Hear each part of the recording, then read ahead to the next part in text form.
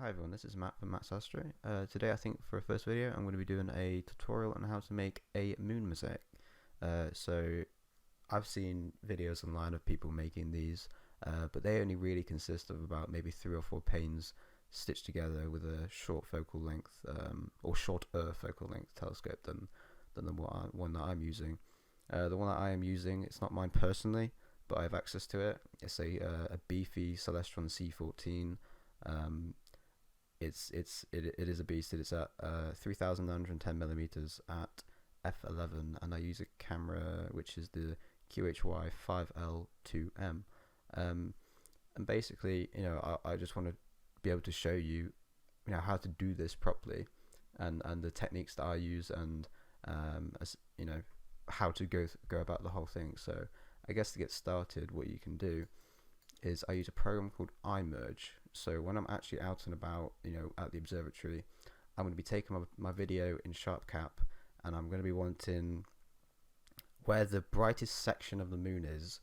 You want to expose that for about 90% or 90 to 95%, so you're not overexposing and clipping the details out from the moon. A lot of the clipping may come from the bright reflections off of the sides of the craters, and so you can not mind about that, and it can be at 100%, but just make sure that you're not completely clipping and whitewashing out all the details on the craters.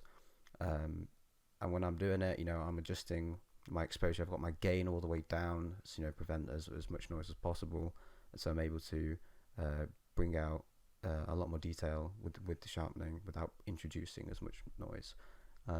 I think I set my exposure as probably around this realm, about 5 to 10 milliseconds, and that's all you need because the moon is just so bright. And what you want to do, you do not want to change your exposure as you're going through. You want to keep it constant, because what's going to happen is when you come to stitch it and process it, is the brightness levels are going to be uneven.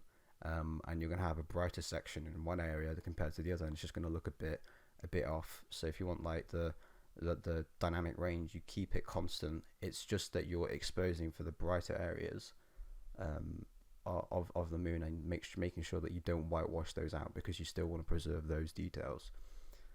Now, how I actually go about doing the mosaic is using a program here called iMerge, and I've got a couple of demonstration videos. That this is the most recent one that I've done. If I take, let's say this one, if I just zoom out, you want to be able to have an overlap of about 20 to 30%, because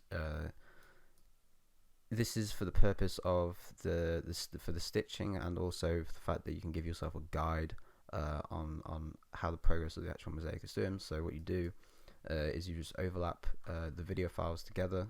What this does is takes the first frame of your AVI video file that you've just taken, and you drag and drop it in, and basically all you do is just simply align the points, and you have an overlap, and that's 2 panes of a mosaic out of about 53 in total. I'm not going to do all 53 for obvious reasons, but you can get the idea. And once I've taken all of them, what I'll do is head on to auto stack it. What I'm going to be doing is going to wrong folder. If I just take one of these files, any random one, what I'm going to be doing is going through all of these, taking improve tracking, expand. I'm going to analyze it. This will take a minute. So now, once it's analyzed and aligned, what you want to do is place your grid. I've got my box size on 32 and my minimum brightness on 15, because some bits of the moon can be rather dark. So you want just that setting, just to make sure you're getting everything there. And also, you want to be able to do the overlap to mitigate any tracking errors that you're having in the mount. So this Celestron CGE is quite old. And it is supporting a very heavy telescope, so it does have some minor discrepancies where it will slew down in the RA a little bit, or down in the deck a little bit, and it's gonna affect the final product. So I always make sure I do that overlap before the actual stitching, so Microsoft Ice knows where to actually like have reference points for the stitching, and also to get rid of any discrepancies, because you are so far in, you're so zoomed in with the focal length. And then once I've done this, I stack the best 125 frames to get the best SNR ratio I can. Obviously you want to be in TIFF, you don't want PNG, or you can have a fit, it's your choice. With my camera, what I'll do, because the sampling rate without a Barlow, because I did this without Barlow, otherwise it would be 7,820 millimeters in focal length, which is just ridiculous. And you know, the tracking will have to be pretty perfect to be able to take these videos. So I don't do that. But the sampling rate for it, if it had a Barlow of 2 times, I wouldn't drizzle. But because I do drizzle it. Because I don't, I do drizzle it even. So once I've done the stacked, I'm not going to stack it now, but you can see some example images here, and they'll come out, you know, rather blurry. Not actually that blurry, but I know, you know, you'll have some stacking artifacts and everything. And now you'll want to head into Microsoft Ice, Ice, and this is the stitching process. So I basically, you get all of these files, you stick them in, and it will just do it for you. You might have to wait a while depending on how powerful your computer is, but once it's done, it's done. And if you've had any mistakes, you'll definitely be able to see them, because it will come up as a black gap pretty much. And if that's the case, then it's very unfortunate, and I feel for you, but it is, you know, it happens. I was very lucky in the fact that throughout all 53, they were completely fine. There was no gaps. I think that's also just making sure that you know, you be as thorough as possible, and take those extra ones if you have any doubt in your mind that it may have not overlapped properly, or there's too little overlap.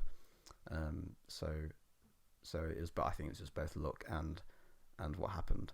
Now, if you don't know everything properly, you should have a final product something like this. Obviously mine is, you know, depends on what phase of the moon and everything, but this was my personal one. You probably won't be able to see, but there are, you know, there's black lines going around and everything. That's just, you know, the brightness levels from, you know, when you're actually taking it. So I'm going to head into pixinsight, and what I'm going to do is I'm going to open this the photo,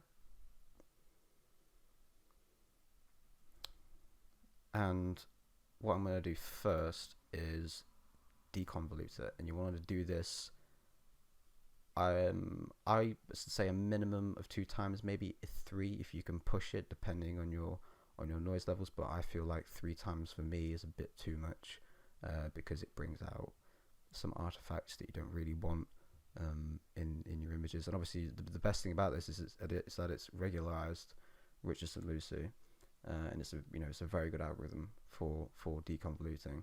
I use a standard deviation of about 1.5. I find that to be a decent value. I think 2 is a little too much. Maybe if you dial down the iterations, that would help. But I do 2 lots of 10, and I leave it at that, because I feel as if it'll be too much otherwise. And now once you've done that, then you go to your histogram transformation, and what you'll do is you'll basically get rid of this the background. So all these lines from when you've stitched it all together, you just lower it and you get rid of it, and you make it more black. And you want to be doing the deconvolution before you make the data non-linear.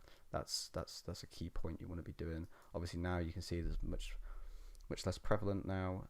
You may have white lines from where the lines were, and you know, from the stitching and the stacking. So what you can do is you can use clone stamp, and you can just select a bit of dark area and clone it out basically, and make it black, so it looks all nice. And then when you've done that, you can do a little bit of sharpening with multi-scale linear transform. If I just load up my icons really quickly. Go to MLT sharpening. These are my settings personally for what I use. You can use different ones depending on how much noise is in there and how much you think you can sharpen it. Obviously, you want a balance between how sharp it is and how smooth it is and how natural looking it is. Because if you make it too sharp, it looks, I've seen over sharpened images and they just look a bit too done. It's like putting too much makeup on. It just doesn't look natural. It looks a bit of a mess, really. Obviously, then again, if it's too smooth, you're not really getting as much detail as you want out of it. So I find a balance of those two key points to be kind of crucial if you want to make a very decent picture, because especially when people go pixel peeping, they'll really be able to see if I over sharpen this very easily. So you should end up with a final product. My personal final product was this. Obviously I flipped it around for the effect because I think it looks nicer like this, or you can have it vertical or whatever choice you like, but this was mine.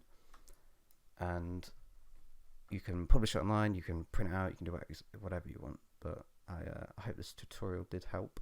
If you do a quick look around, you can see, really see all the details in the craters and everything that comes with it.